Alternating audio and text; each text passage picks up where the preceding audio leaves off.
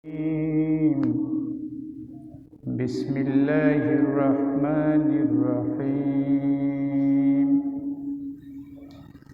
قل إن كان آباؤكم وأبناؤكم وإخوانكم وأزواجكم وعشيرتكم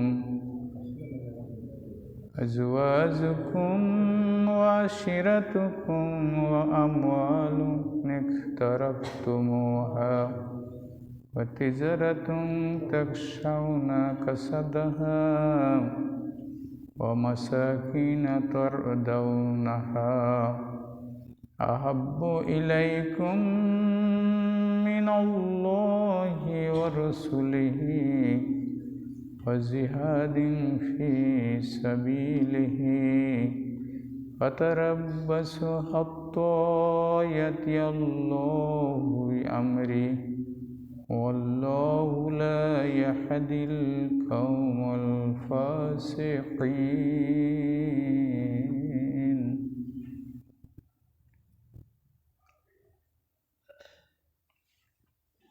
হে নবী, বলো, যদি তোমাদের পিতা, তোমাদের ভাই, তোমাদের পরিজন, তোমাদের অর্জিত ধন সম্পদ, তোমাদের ব্যবসা বাণিজ্য যা অচল হয়ে যাবে বলে তোমরা ভয় করো, তোমাদের বাড়িসমূহ যা তোমরা একান্তভাবে কামনা করো, যদি তোমরা আল্লাহ, তার রসুল এবং তার পথে জিহাদ করার চাইতে এইগুলোকে বেশি ভালোবাসো, তাহলে তোমরা আল্লাহ তাআলার থেকে তার আযাবের ঘোষণা আসা পর্যন্ত অপেক্ষা করো। জেনে রেখো, আল্লাহ তাআলা কখনোই ফাসেক সম্প্রদায়কে ভালোবাসেন না। সম্মানিত মসজিদের ইমাম, মুসল্লিবৃন্দ, আসসালামু আলাইকুম ওয়া রাহমাতুল্লাহি ওয়া বারাকাতুহু। সে আল্লাহ পাকের লাখো কোটি শুকর আদায় করছি যে রব্বুল আলামিন আমাদেরকে সৃষ্টি করেছেন, সৃষ্টির শ্রেষ্ঠ মানব আমাদেরকে শিক্ষক হিসেবে পাঠিয়েছেন। সেই সাথে শিক্ষকের শিক্ষার বিষয় সাবজেক্ট কুরআন মাজিদ আমাদের কাছে পাঠিয়েছেন। আল্লাহ পাক রব্বুল ইজ্জাতের অবারিত রহমত, নবী পাঠিয়েছেন, কিতাব পাঠিয়েছেন। এই পৃথিবীতে আমাদের চলার নিয়ম জানতাম না, সে বিষয়ে আমাদের পাঠিয়েছেন। এই জন্যে আল্লাহর দরবারে শুকরিয়া জানাই, সবাই বলি আলহামদুলিল্লাহ। আল্লাহ পাক রব্বুল ইজ্জাত আমাদেরকে পৃথিবীতে পাঠিয়ে দিয়েই তার কার্যটা যদি শেষ করতেন, কিয়ামতের মাঠে বিভীষিকার সময়ে মানুষ বলতো যে যদি আমরা আবার জানতাম তাহলে আমাদের পৃথিবীর লোভনীয় জিনিসের উপরে আকৃষ্ট হয়ে থাকতাম না। এই কারণে আল্লাহ পাক রব্বুল ইজ্জাত কবরে কি প্রশ্নের উত্তর হবে, কি জবাব দিতে হবে মানুষের এই পৃথিবীর, এই প্রশ্নটাও করেছেন, উত্তরটাও দিয়েছেন।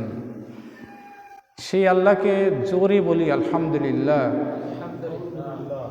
আল্লাহ পাক রব্বুল ইজ্জাত কিয়ামতের মাঠে কি অবস্থান মানুষের জন্যে, সেই অবস্থা সম্পর্কে ব্যাখ্যা করেছেন, বাঁচার উপায়ও বলে দিয়েছেন।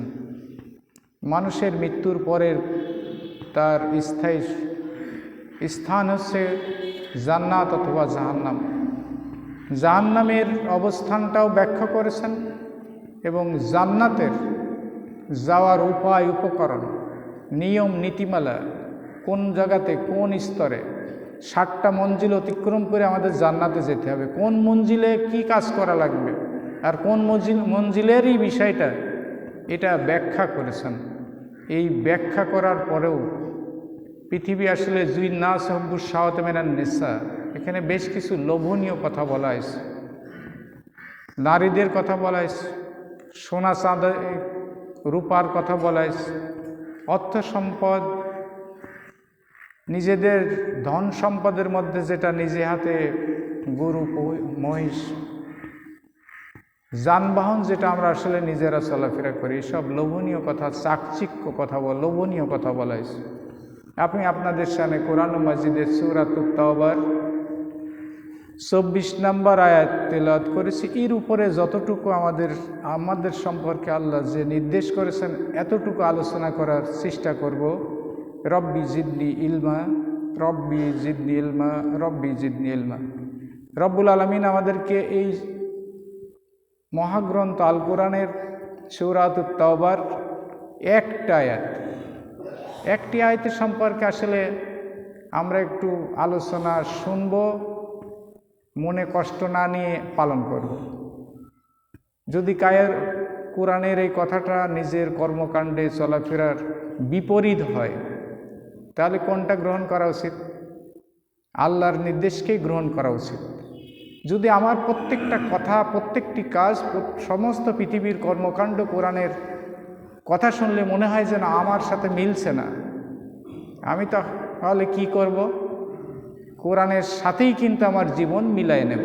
এই মিলতে যেয়ে যদি আমার বিবেক, আমার কর্মকাণ্ড, আমার স্ত্রী, আমার ছেলে মেয়ে, আমার প্রতিবেশী, আমার সমাজ, আমার দেশ, আমার রাষ্ট্র সবাই যদি বিপক্ষে যায়, তাহলে আমি অবস্থান করব কোরআনের উপরেই অবস্থান করব, কোরআনের বাইরে অবস্থান আমরা করব না। যদি সেইটা করতে পারি তাহলে আমরা জান্নাতে যাব। আর সেই কথাটার এখানে বিশ্লেষণ করা হয়েছে। আমরা কিন্তু এইটা না করে আমরা কি করি সেটা আপনাদের সবারই জানা। প্রতিনিয়ত আমরা কিন্তু মানুষ যেভাবেই আত্মীয়দের মধ্যে, প্রতিবেশীর মধ্যে মারা যাচ্ছে। আমার যদি দাদার বাপের কথা স্মরণ করি, তাহলে কেউ বলবে না যে বেঁচে আছে। দাদার বাপ অনেকের বেঁচে থাকতে পারে, কিন্তু দাদা বেঁচে থাকতে পারে, দাদার বাপের বাপ বেঁচে আছে এরকম অসম্ভব। তাহলে সে মানুষগুলি কোথায় গেল? আমিও তো ওই অবস্থায় যাব। তাহলে আমি যদি মারা যেতাম, ধ্বংস হয়ে যেতাম, বিলীন হয়ে যেতাম, তাহলে আসলে অন্য কোনো কথা ছিল না যে আসলে আমরা আল্লাহর কথা শুনলাম, না হয় না শুনলাম। কিন্তু আমরা যদি বিলীন হচ্ছে না এই পৃথিবীতে, আমরা স্থান পরিবর্তন করে কবর বা বারজাক, সেখান থেকে আমরা কিয়ামতের মাঠে উঠব। সেখানে হিসাব নিকাশ সম্পূর্ণ করে সেটা আসলে আমাদের জীবনের সমস্ত কাজগুলি কোরআনের সাথে মিলায়ে নিতে হবে। আপনাদের এখানে একটা সহজ কথা আছে, কিয়ামতের মাঠটায় কি কাজ হবে। একটি কথা আপনাদের বলতে চাই, আপনার জীবনের কর্মকাণ্ডের একটা সাইড করে দেওয়া হবে আর কোরআনকে এক সাইডে দেওয়া হবে। আপনার জীবনটার পুরাটা কোথায় খুঁজে পাবেন? কোরআন মজিদে আল্লাহ পাক রব্বুল ইজ্জত বলছেন, তোমার সমস্ত কাজগুলিকে আমি একটা গুটলির আকারে, একটা তাবিজ আকারে গলায় বেঁধে দেবে। কিয়ামতের মাঠে না, কবরে যখন সওয়াবের উত্তর দেওয়ার পরে পুরা জীবনের বৃত্তান্ত তার গলায় কিন্তু ঝুলতে থাকবে। এইটাই কিয়ামতের মাঠে আল্লাহ এটাকে একটা বই আকারে, কিতাব আকারে আল্লাহর সম্মুখে দিয়ে দেবেন। এখন এক পাশে কোরআন, এক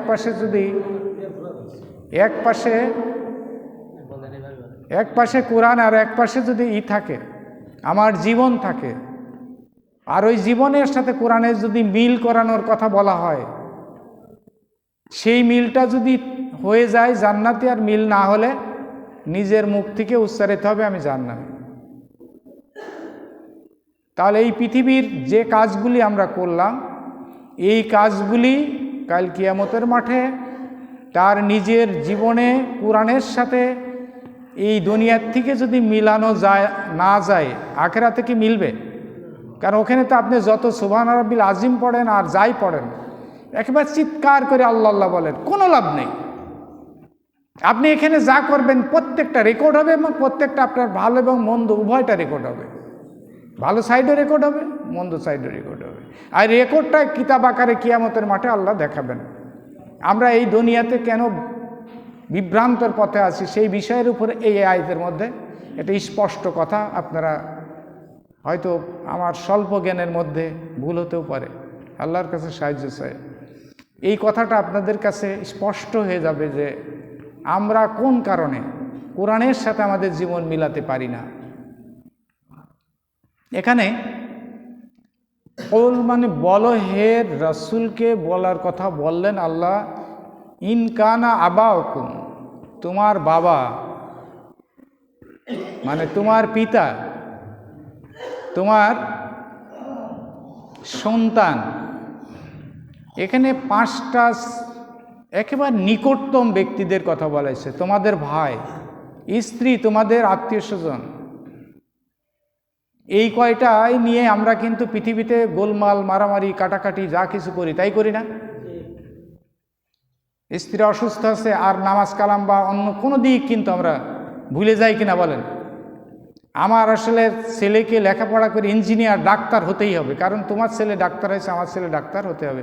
এই যে প্রতিযোগিতা, এই প্রতিযোগিতার মধ্যে আমি যখন ডুবে যাব, আমার তখন আয়ের উৎসটা হালাল না হারাম সে ব্যাপারে বেসামাল হয়ে যায়। আল্লাহ কিন্তু এই কথাটা এখানে বলেছেন। সবচেয়ে প্রিয় কিটা? পিতা প্রিয় না? মা প্রিয় না? স্ত্রী প্রিয় না? ছেলে সন্তান প্রিয় না?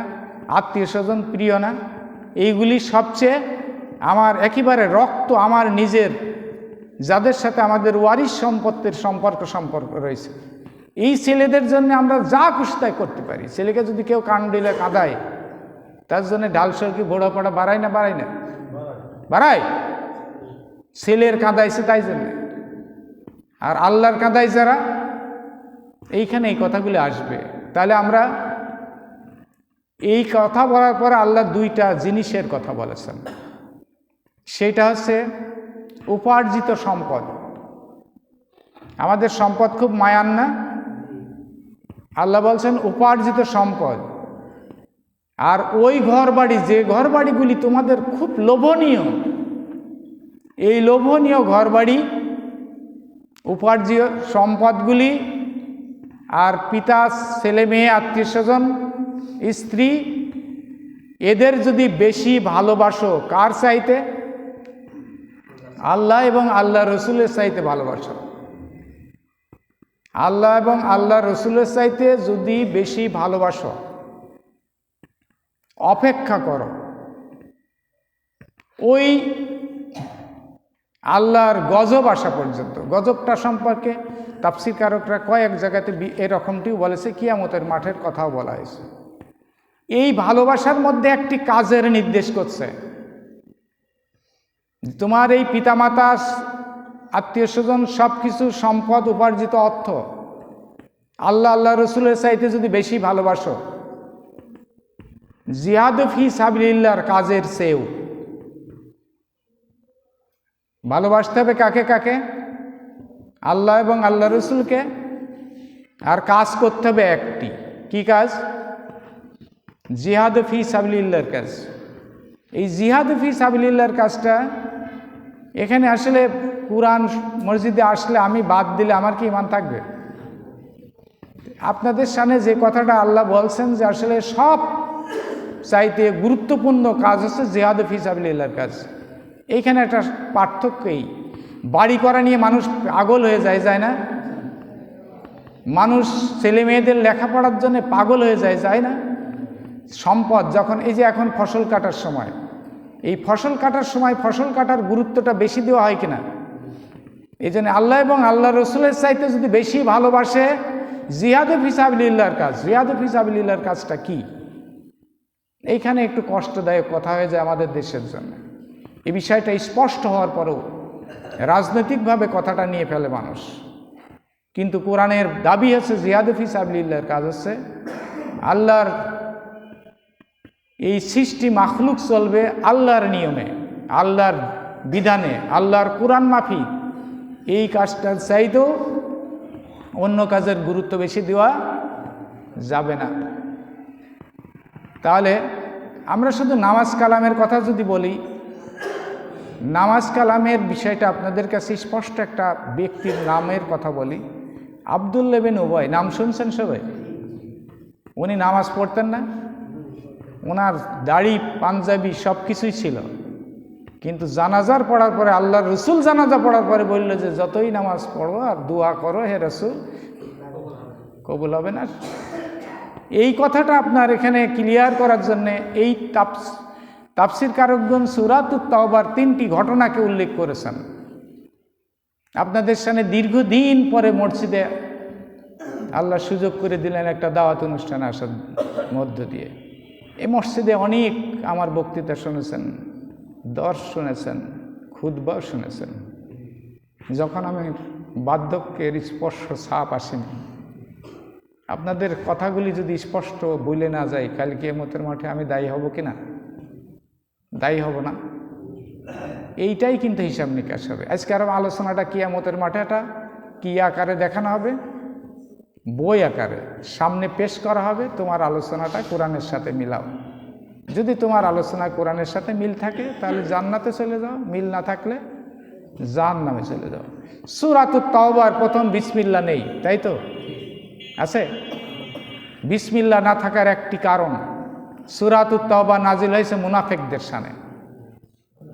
আর মুনাফিক কারা এখানে স্পষ্ট হয়ে গেছে।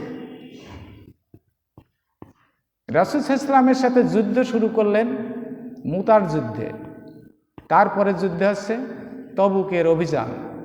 তবুকের অভিযানটা ছিল হচ্ছে রোমদের সাথে, গলিবাতুর রোম। প্রথম সূরার আয়াতের প্রথম এই তওবার প্রথম শব্দটা হচ্ছে গলিবাতুর রোম। রোম আসলে বিজয়ী হবে, মুসলমানের হাতে পরাজিত হবে। এই কথাটা বলার পরে রাসূল সাল্লাল্লাহু আলাইহি ওয়াসাল্লাম রওনা দিলেন, যুদ্ধই গেলেন। যুদ্ধে আসলে করার সাহস হলো না। শক্তির মাপকাঠিতে আমি আসলে এটা তুলনা করি। আপনার এই ভোড়াপাড়ার মানুষগুলি নিয়ে যদি আমেরিকার বিরুদ্ধে যুদ্ধ ঘোষণা করেন, আপনাদের কি বলবে? পাগল বলবে কি না? বলবে তো। রাসূল সাল্লাল্লাহু আলাইহি ওয়াসাল্লামের ছোট্ট সৈনিক গ্রুপ সাথে নিয়ে গেলেন রোম, মানে বর্তমান কিন্তু রাশিয়া। বর্তমান যে রাশিয়া, সেই সময় রাসূল সাল্লাল্লাহু আলাইহি ওয়াসাল্লামের সময়ে ওখানে রোম, পারস্য, কোরআনের মধ্যে দেখবেন যে নামগুলি উল্লেখ করা হয়েছে, রোম, পারস্য। যুদ্ধ না করে পরাজিতই না, পালায়েই গেল। একটি কারণ, আপনারা মুতার যুদ্ধের ঘটনাটা আপনারা জানেন। 3 জন সাহাবী শাহাদত বরণ করেছিলেন। মাত্র 3001 লক্ষের বিরুদ্ধে মোকাবেলা যুদ্ধ করে জয় করল। ফিরে আসলেন রাসূল সাল্লাল্লাহু আলাইহি ওয়াসাল্লাম তবুক অভিযানের মধ্যে দিয়ে। এই ফিরে আসার পরে রাসূল সাল্লাল্লাহু আলাইহি ওয়াসাল্লাম রাস্তায় এসেই সর্বপ্রথম ওই নাজিল হলো, হে রাসূল, ওই মসজিদটা ভেঙে দাও। আমরা মসজিদকে খুব মহব্বত করি না? এই মসজিদগুলি ভাঙতে আসলে আপনারা কি তার কাল্লা রাখবেন? তার অস্তিত্ব রাখবেন? আর মসজিদুল রাসূল সাল্লাল্লাহু আলাইহি ওয়াসাল্লামকে আল্লাহ বললেন ওই মসজিদটাকে ভেঙে দাও। মসজিদের নাম ছিল মসজিদুল জিরার। আপনার এই সূরা তাওবার শানে নজুলে আপনারা পাবেন। এই মসজিদটা ভেঙে দেওয়া হলে ওই মসজিদের মুসল্লিরা কি হলো? আপনাদের বুঝতে হবে যে মসজিদে বসে রাসূল সাল্লাল্লাহু আলাইহি ওয়াসাল্লাম আর ফিরবে না। রোম পারস্য বিজয় করে ফিরে আসবে তো মারাই যাবে। রাষ্ট্র চালাবো আমরা। সে বিভিন্ন জায়গায় চিঠি দিয়ে দিল। এই চিঠির এবং ওখানে মসজিদে বসে নামাজও পড়ত, কোরআনও পড়ত, কোরআন মুখস্থও করত, হাফেজও হইতো। সেই মসজিদটা রাষ্ট্র পর্যায়ে কোরআনে আইন প্রতিষ্ঠা না হোক, জিহাদ ও ফি সাবিলিল্লাহর কাজে আসলে তারা অংশগ্রহণ করেনি। তারা কিন্তু সবাই মুসলমান। মসজিদুল জিরারের মধ্যে যারা নামাজ পড়েছে, যারা গেছে, তারা সবাই কালেমা পড়া সব মুসলমান। তারা একটি কারণে তারা আজকের এই দর্শের এই আয়াতের শিক্ষায় রয়েছে, যেটা হচ্ছে জিহাদ ফি সাবিলিল্লাহর কাজে অংশগ্রহণ করেনি। না করার কারণে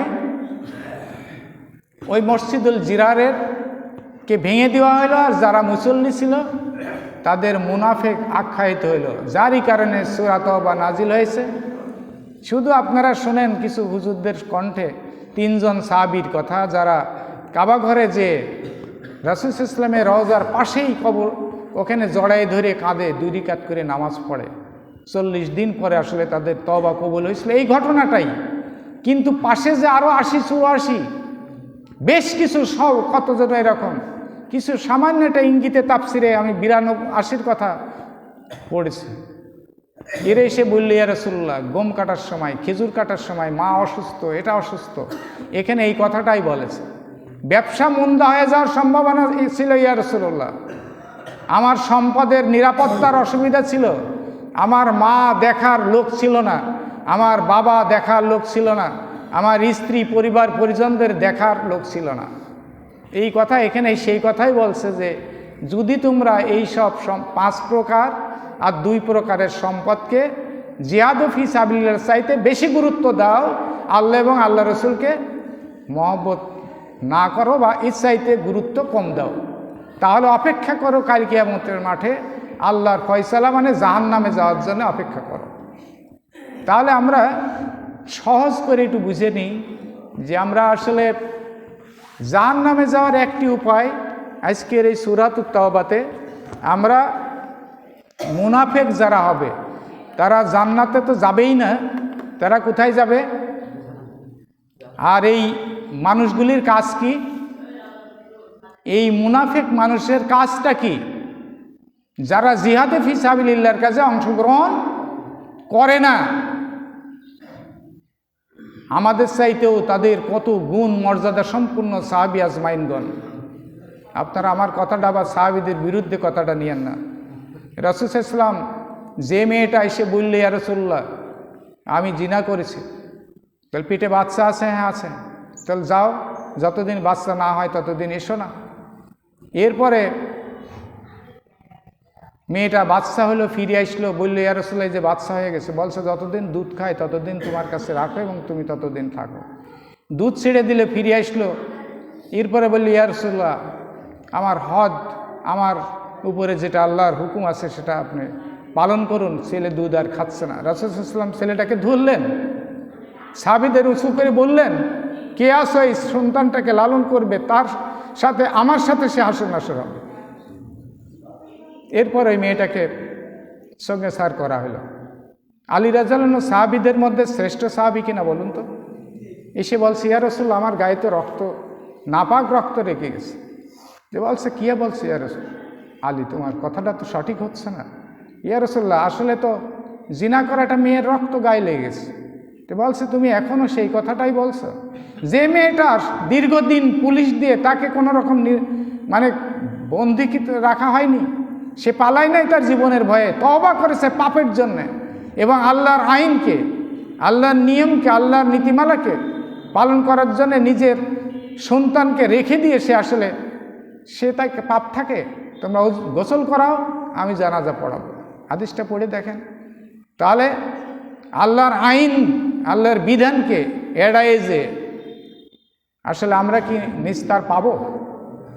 তাহলে তো আল্লাহ রসুল বলতো বাচ্চা নিয়ে আসলে এত কষ্ট করছো বাবু, তোর জন্য মাফ করে দিলাম। তাহলে এই আল্লাহ এখানে বললেন যে আসলে জিহাদে ফি সাবিলিল্লাহর কাজটা চাইতে যদি তোমার পিতা, যদি তোমার স্ত্রী, ছেলে মেয়ে, স্বগোত্রীয় লোক এরা যদি বেশি তোমার প্রিয় হয়, আর ওই জিনিসটা বেশি প্রিয় হয় যে জিনিসটা হচ্ছে তোমার ব্যবসা করে অর্থ উপার্জন করছো, আর যেটা তোমার সম্পদ, যেটার উপরে অনেক আশা করো, এর চেয়ে তোমার প্রিয় হতে হবে জিহাদ ফি সাবিলিল্লাহর কাজ, আর ভালোবাসতে হবে আল্লাহ এবং আল্লাহ রসুলের। আপনারা কি আমার কথাটা ক্লিয়ার বুঝতে পেরেছেন? জিহাদ ফি সাবিলিল্লাহর কাজটা কি, এর উপরে একটু কথা বলে আপনাদের আজকের ইমাম সাহেব আসলে সুযোগ করে দিচ্ছেন। কতটুকু সময় পাবো জানি না, অল্প সময় পাবো না, আর 20-এ শেষ করো না, 25-এ শেষ করো। আলহামদুলিল্লাহ, আমি আমার জন্য বলছি, আপনারা আপনাদের জন্য আমার এই কথাটা পালন করা দরকার, কারণ সবাই অসহায় হয়ে যাব কিয়ামতের মাঠে, সবাই অসহায় হয়ে যাবে। অতএব আজকের আপনার গর্ব, দম্ভ, অহমিকা, আপনার মধ্যে যত রকমের হিংসা সব কিছু মুছে যাবে একদিন। অহংকারও করতে পারবেন না, গর্বও করতে পারবেন না, দম্ভও করতে পারবেন না। অর্থ সম্পদ আপনার কোনো কাজে লাগবে না। আপনি এখন মারা যাবেন, আপনার কিন্তু ভাই আপনার কেউ না, আপনার স্ত্রী আপনার কেউ না, আপনার সম্পদ আপনার কেউ না, আপনার উপার্জিত এত কষ্টের ধন সম্পদ সব মালিকানা কিন্তু পরিবর্তন হয়ে গেছে। এটা কি সত্যি কথা বলছে? প্রত্যেকের মালিকানা পরিবর্তন হয়ে যায়। বলেন তো, ওই ছেলেটা আপনার ব্যথার কি কোনো কষ্টের একটু ভাগ নিছে? আপনার দারুণ অসুস্থ, পেটের মধ্যে ব্যথাচ্ছে, ওই ব্যথার কি কোনো অংশ ছেলে নিছে? আহাবা করতে পারে, দৌড়াদৌড়ি করতে পারে, ওষুধের জন্য দৌড়াদৌড়ি করতে পারে, কিন্তু ভাগ নিছে? আপনার সম্পদের ভাগটা পুরা তো আপনার ওয়ারিশটা পেয়ে গেল। আপনি তো আজকে কবরে একা হয়ে গেলেন। আপনার কবরের জবের মধ্যে যখন বলবে মার রব্বুকা, রব মানে হচ্ছে এই পৃথিবীর তুমি চলার নিয়মটা, তোমার জীবন বিধানটা, তোমার ব্যক্তিগত চলার নিয়ম, তোমার পরিবারের চলার নিয়ম, তোমার সমাজ চলার নিয়ম, তোমার যে দেশে বাস করো, জন্মগ্রহণ করেছো সেই দেশে চলার নিয়ম। এইখানে একটা উদাহরণ দিই, সূরাতুত তাওবার মুতার যুদ্ধের ঘটনার একটি চিঠির ঘটনা বলি আপনাদের। রাসূল সাল্লাল্লাহু আলাইহি ওয়াসাল্লাম মদিনার ছোট্ট রাষ্ট্রের প্রেসিডেন্ট, তাই তো? কয়টা বছর? 10টা বছর। আমরা এটা এড়াই যাই কি করে? 10 বছর রাষ্ট্র পরিচালনা করেছেন। মদিনার সনদ যেটা, এইটা মদিনার সংবিধান। রাসূল সাল্লাল্লাহু আলাইহি ওয়াসাল্লাম এই তবুকের যুদ্ধের আগের ঘটনা, মুতার যুদ্ধে পাশের রাষ্ট্রদেরকে চিঠি দিয়ে দিলেন, কালেমা পড়ো, মুসলমান হও, নাইলে যুদ্ধ করো, নাইলে জিজিয়া দাও। কথা কয়টা? কালেমা পড়ো, নইলে যুদ্ধ করো, নইলে জিজিয়া দাও। যুদ্ধের সৈনিক কত? 313 জন, মারা গেল 14 জন, থাকে কয়জন? 99 জন। মেয়ে ছেলে সহ আরও কিছু গুছালে নাই পরের বছরে। আবার উহুদের যুদ্ধেতে 70 জন শাহাদাত বরণ করলেন। বীর সৈনিকগুলি শাহাদাত বরণ করলেন, যাদের বদরের যুদ্ধে 11 জন মন্ত্রীদেরকে হত্যা করেছিল, তাদের প্রতিশোধ হিসেবে তাদের পরিবার পরিজন কৌশল করে তাদেরকে হত্যা করাইছে। এরপরে সেই রাসূল কি লিখলেন? মাথার ভিতরে ঢুকান, হয় মুসলমান হও, নাই যুদ্ধ করো, নাই জিজিয়া দাও। কারণ রাষ্ট্রের মাথা যদি থাকে ইসলাম বিদ্বেষী, ওই দেশে কোনো ইসলাম পালন করা মুসলমানের জন্য সম্ভব না। যার কারণে মুতার যুদ্ধে সংগঠিত হয়। এই চিঠি যিনি নিয়ে গেলেন তাকে টুকরা টুকরা করে কেটে খান খান করে দেওয়া হয়েছে। ইনি কে ছিলেন? সাহাবী ছিলেন না? আমাদের সাহাবী যদি মহব্বত করি, ভালোবাসি, সাহাবী যে কাজটি করার কারণে শাহাদত বরণ করলেন, ওই কাজটি আমাদেরকে করণীয় কিনা বলেন? এর কারণে রাসূল সাল্লাল্লাহু আলাইহি ওয়াসাল্লাম তাদের বিরুদ্ধে যুদ্ধ ঘোষণা করলেন, প্রতিশোধ। মুতার যুদ্ধে মাত্র 3000 আর বিপরীত গ্রুপ হচ্ছে 1 লক্ষ। জিতলেন কারা? এইটা কিন্তু এই সাহাবীর হত্যার ঘটনা। আপনারা উসমান রাদিয়াল্লাহু আনহুকে বন্দি করাইছে, হত্যা করাইছে, এই খবর শোনার পরে রাসূল সাল্লাল্লাহু আলাইহি ওয়াসাল্লামকে দৌড় মেরেছে। হাতের পর হাত দিয়ে কি বলা হয়েছে ওখানে? হুদাইবিয়ার সন্ধি। আল্লাহ বললেন যে না, তোমরা রাসূলের উপরে হাত রাখোনি, তোমরা হাত রেখেছো আমার উপরে। আসলে আমরা এই পৃথিবীর নিয়মটা নিজেরা বানাই, কোরআনের নিয়মটা, আমরা ইসলামের নিয়মটা, রাসূল সাল্লাল্লাহু আলাইহি ওয়াসাল্লামের আদর্শটাকে পুরা একটা ডিভাইডেড করে, ভাগ করে যদি চলি, তাহলে মুসলিম হতে কি পারবো? ভাগ করে যারা চলে তারা কি হবে? আজকের এই আলোচনার ফার্স্টে যারা আসেননি তারা বুঝবেনই না, মুনাফিক হবে। কোরআনের এক অংশ মানলে আর এক অংশ যারা মানবে না। আপনারা সূরা বাকারাটা খোলেন, বাড়িতে যা খুলবেন, সূরাতুল বাকারা একেবারে প্রথম সূরা, ফাতিহার পরের সূরা, 2য় নাম্বার রুকু। একেবারে রুকুটাও কিন্তু নিকটেই খুলেই পাবেন। অমিনান নাস মাই ইয়াকুলু আমান্না বিল্লাহ ওয়া বিল ইয়াউমিল আখির ওয়া মা হুম বিমুমিনিন। আল্লাহ বলছেন যারা বলছে আমি আখিরাতের ঈমান এনেছি, আল্লাহর উপর ঈমান এনেছি, আল্লাহ বলছেন তারা মুমিনই না। কেন এই কথাটা বলল? ইসলামের এক অংশ মানে, এক অংশ মানে না। আমি একটা নিয়মের কথা বলি, সুদের পাপ কত বড়, অল্প না কম? হ্যাঁ, শেষ পাপের কথা মায়ের সাথে জিনা করা, নাউজুবিল্লাহ। ইচ্ছাইতে বড় পাপের কথা ঠোঁটে উচ্চারণ করা কি সম্ভব? এইটাই তো সম্ভব না। সুদের সাথে সম্পৃক্ত থাকা, যে সুদ খায়, যে সুদ দেয়, এটা রাষ্ট্র পর্যায়ে যদি থাকে, সেটা থেকে বাঁচতে কি পাবলিক পারে? রাসূল সাল্লাল্লাহু আলাইহি ওয়াসাল্লামের রাষ্ট্রে কি সুদে কারবার ছিল? রাসূল সাল্লাল্লাহু আলাইহি ওয়াসাল্লামের রাষ্ট্রে সুদে কারবার ছিল না, কারণ এটা ইসলামী রাষ্ট্র ছিল। তাহলে আজকে আমরা সুদের ওয়াজটা করতেছি কোন জায়গায় বসে, কোন চেয়ারে বসে, কোন স্টেজে বসে, যেটা পরিবর্তন করা সম্ভব? যেখানে বসে আল্লাহ রসুল করেছেন। মুসলমান হিসাবে মুসলমানদের 1 নম্বর কাজ আছে জিহাদ ফি সাবিলিল্লাহর কাজটা আজকে আমার এই তাফসীরের মধ্যে স্পষ্ট করলাম। এই কারণেই জিহাদ ফি সাবিলিল্লাহর কাজটাই হচ্ছে সুদকে আসলে না করুন, ঘুষকে না করুন, জিনাকে না করুন, এর থেকে পরিত্রাণ পাওয়ার জন্য চেষ্টা করুন। এই চেষ্টাটার নাম হচ্ছে জিহাদ ফি সাবিলিল্লাহ। একবারে কি মানুষ আসলে ভালো হয়ে যায় বলেন? হয় না। আপনাদেরকে ভুলের মধ্যে আমি রাখতে চাই না, সহজ করে দিতে চাই। আপনারা মদ খাওয়া জায়েজ না হারাম? হারাম না? প্রথম আয়াতটা কি? প্রথম আয়াত হচ্ছে মদ খেয়ে নামাজের কাছে এসো না, লা তাকরাবুস সালাত আনতুম সুকারা। তোমরা যদি মদ খাও তো মসজিদে নামাজ পড়তে এসো না। তাহলে এই আয়াতে কি বলা হয়েছে? মদ খাও, কিন্তু নামাজের সময় খেও না। মানে মহব্বতের সাথে কথা বললেন। একবারে বললো না মদ খেলেই 80 ডুররা, তারপরে বললো মদ খেও না, তারপরে বললো মদ খেলে 80টা মারো, যেটা ওমর রাদিয়াল্লাহু আনহু তার নিজের ছেলেকে 60টে মারলেই আসলে মারা, 80টা মারলেন নিজে হাতে শক্ত করে। তার মা ছিল না? ইতিহাস কত কঠিন। ওমর রাদিয়াল্লাহু আনহুর স্ত্রী বারবার পা জড়া দিয়েছে, ওটা তোমার সন্তান, তুমি এভাবে মারতে পারো না। তে বলছে যে অন্য ছেলেরা মদ খেলে আমি যখন অর্ডার দিই সেটা যদি হত্যা হয়, আর আমার ছেলে মদ খেলে সাজাটা উল্টা হবে। কোরআনকে 2 ভাগ করতে চাও, আমাকে মুনাফিক বানাতে চাও। এই আয়াতের সাথে ওমর রাদিয়াল্লাহু আনহুর উক্তিটা উল্লেখ রয়েছে। অতএব আমরা কোরআনের পূর্ণাঙ্গভাবে চেষ্টা করব। এই চেষ্টা করার নাম হচ্ছে জিহাদ ফি সাবিলিল্লাহ।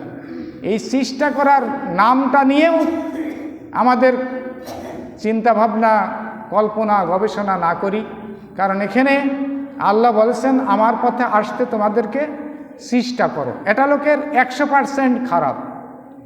আজকের খুতবা শোনার পরে সে বাড়িতে যে নিয়ত করলো যে আমার এই লেনদেনের সমস্যা, আমার আত্মীয়তার সমস্যা, প্রতিবেশীদের সমস্যা, আমাদের ইসলামী রাজ প্রতিষ্ঠার সংগ্রামের ব্যাপারে আমার বিবেকের সমস্যা, আমার অনেক কিছু সমস্যা, সে সিদ্ধান্ত নিল আমি আজকের থেকে ধীরে ধীরে, সে একটা সিদ্ধান্ত নিল কালকের থেকে আমি এই কাজটা আবার বাদ দেব। সেই লোকটা কোথায় যাবে জানেন? জান্নাতে যাবে। আমি সহজ করে দিলাম। আপনার এই কথাটা আল্লাহ সূরাতুত তওবাতে এই কথা বলেছেন যে আমি তাদেরকে জীবনের গুনাহ তো মাফ করবই। সূরা সাফে বলেছে ইয়াগফির লাকুম যুনুবাকুম, যারা জিহাদ করবে এই জিহাদকারীকে ইয়াগফির লাকুম যুনুবাকুম, সব গুনাহ মাফ করে দেওয়া হবে। অন্য এক সূরাতে বলা হয়েছে যে গুনাহ মাফই করা হবে না, ও যে অন্যায় করেছিল ওইটা নেকি দ্বারা ভরপুর করে দেওয়া হবে। এরপরেও যদি আমরা আমাদের বিবেক মনের উপরে অচল বসে থাকি, জান্নাতে যাবই যাব। আমরা মনে করি আমার পরিবার পরিজন নিয়ে আমরা জান্নাতে যাবই যাব। আমরা মনে করি আমাদের সমাজ সামাজিকতা দলাদলি রিসারেসি। কিসের দলাদলি? আপনি মুসলমান, আপনি কিসের দল? আপনার সবাই মুসলমান, এক দল। পৃথিবীর মানুষ কেউ কারো শত্রু নাই, সব একটা পরিবার থেকে আমরা আসছে। আপনারা আমার বিপক্ষের শত্রুকে না, আমার পরিবারের লোকজন। আপনারা আদম আলাইহিস সালামের সন্তান কিনা, ঠিক না? আদম আলাইহিস সালামের সন্তান হলে আমি আদম আলাইহিস সালামের সন্তান না? তাহলে আপনারা আমার পরিবারের সদস্য না? আমরা এত ছোট্ট সংকীর্ণ মোনা সৃষ্টি করে বিশ্বাস এক দল, খুনকার এক দল, শেখ এক দল, এই দল কোথায় পেয়েছেন? এইটাই তো জাহিলিয়াতকে শেষ করে অন্ধকার ছন্ন মাড়িয়ে দিয়ে ইসলামের পতাকা মদিনার বুকে ঘোষণা দিচ্ছিলেন। আজকের বাংলাদেশে আমার জন্মভূমি, আমি নিজে মিলাই আইমে জাহিলিয়াত, পুরাটা মিল। কাবা ঘড়ি উলুঙ্গ হয়ে তো অফ করেছে। এই কথা শুনলে আমার হাসি চাপত ছাত্র জীবনে। এই কি সম্ভব? মানুষ উলঙ্গ হতে পারে? আর এখন উলঙ্গ দেখছেন না, নারী পুরুষ সহ। মোবাইল হয়ে আসলে এই কথাটা বাস্তবতা বলা যাচ্ছে যে এটা মানুষের দ্বারা সম্ভব। কিভাবে সম্ভব? আপনারা লক্ষ্য করেন, ওরা আপনার পরিবারের সদস্য। আপনি যেটা মদ খাচ্ছে ওরা পরিবার সদস্য। আপনারা এক হয়ে যান, উদার মন হন, ভালোবাসা সৃষ্টি করেন। আল্লাহ রসুল কি বলেছেন? প্রথম সালাম দিয়ে কথা বলে সে হচ্ছে উত্তম। একটু ঝরগা লেগে গেছে আর সালাম নাই, কিছু নাই, সব নীরব হয়ে যান। কিভাবে হিংসার মধ্যে, অহংকারের মধ্যে সামান্য রিয়া যদি থাকে সে কি জান্নাতে যাবে? আমরা শুধু নিজেরা পলিটিক্যাল সমস্যাগুলি মনে করছি যে কেউ আওয়ামী লীগ করি, কেউ বিএনপি করি, কেউ জামাত করি, কেউ জাসদ করি, কেউ এরা এইভাবে কেউ কারোর বিরুদ্ধে কথা বলি। আমরা তো সবার মধ্যেই ভুল ভ্রান্তি ভরা। ভালোবাসাটা কোথায়? ভালোবাসাটা দিতে হবে তো সবাইকে। আপনার সব আপনার মুসলমান না, মুসলমান বাদেও যারা, একটি হাদিস বলে আপনাদের শেষ করতে চাই। সেটা হচ্ছে রাসূল সাল্লাল্লাহু আলাইহি ওয়াসাল্লাম বললেন, যদি তোমার প্রতিবেশী ক্ষুধার্ত অবস্থায় ঘুমায় তাহলে খাঁটিভাবে আমার উপর ঈমান আনোনি। এটা মিশকাত শরীফে আছে, বুখারী শরীফে আছে। প্রতিবেশী ক্ষুধার্ত অবস্থায় ঘুমায় তাহলে আল্লাহ রসুল বললেন খাঁটিভাবে ঈমান আনিনি। ওখানে কি বলা হয়েছে যে মুসলমান না, হিন্দু, খ্রিস্টান, আওয়ামী লীগ, জাতীয় পার্টি, জাসদ, জামাত ইসলাম এমন বলা হয়েছে? প্রতিবেশী। এইভাবে যদি উদার হস্তে কথাটা বলেন, কাছে যান। আল্লাহ রসুল কত জনের কাছে গেছে এবং মায়েরও খাইছে, অপমানও হয়েছে, এরকম গর্ত করেছে, উপরে কাগজ পাইড়ে দিয়েছে যে ওই মেয়েটার সাথে দেখা করতে গেলে গর্তই পড়লেই আমরা সব মাটি দিয়ে চাপা দেব। আল্লাহ রসুলকে ওহি করে বলা হইল, এ রসুল আর অগ্রসর হবেন না। এরপরে ওরা বলতেছে হুজুর আসেন আসেন, গতি গতি ওরা ঢপাত করে পড়ে গেছে। তখন পুরা সমতল জায়গা গর্ত হয়ে গেল। আল্লাহ রসুল কাজ ক্লিয়ার হয়ে গেল। আল্লাহ এই জন্যই নিষেধ করলেন, তারপরও যেতেন। এই জন্যে আমরা আপনাদেরকে অনুরোধ করব, আজকের খুতবায় বাংলা আসলে আলোচনায় যতটুকু আমি চেষ্টা করেছি, আমরা কোরআনের আইনকে যদি ডিভাইডেড করি, বিভক্ত করি, তাহলে মুনাফেক হালতে কিয়ামতের মাঠে যাব। এক নাম্বার। কোরআনের বিরুদ্ধে যদি যাই তাহলে কাফের হয়ে জাহান্নামে যাব। কোরআনের পূর্ণাঙ্গ নিয়ম নীতিমালার মধ্যে নিজের জীবন পরিচালনা করলে মুমিন হব। আর মুমিনের কাজ হচ্ছে সবাইকে উদার হস্তে জড়ায় ধরা। পারবেন তো? দলাদলি কি থাকবে? সামাজিকতার ক্যাসাল কন্দল, এটা জাহিলিয়াত। ও আমাক দলে না, অতএব ওর সাথে আমার চিন্নি নাই, মেয়ে বিয়ে নাই, খাওয়া নাই, দাওয়াত নাই। কোনো এক জায়গায় জানাজাই গেলাম, মাতুব্বার তাইরি খেদা দিচ্ছে যে তুই কেন জানাজাই আইছিস। সে লোকটা দারুণ নামাজি, হাজি মানুষ। আমি সামনের বার দাঁড়াইলাম, যত রাখেন, ও আমার দলের না, ও জানাজায় আসলো কেন? তা আমি আসলে রাগ হয়ে গেল যে আমিই চলে যাব না, কি করব। তা আমি সুযোগ নিলাম, ইমাম সাহেব, তখন আমি ছাত্র তো, চেয়ারম্যানিটি হইনি তখন অত। ইমাম সাহেব বললাম যে একটু বক্তৃতা করার সুযোগ দেবেন।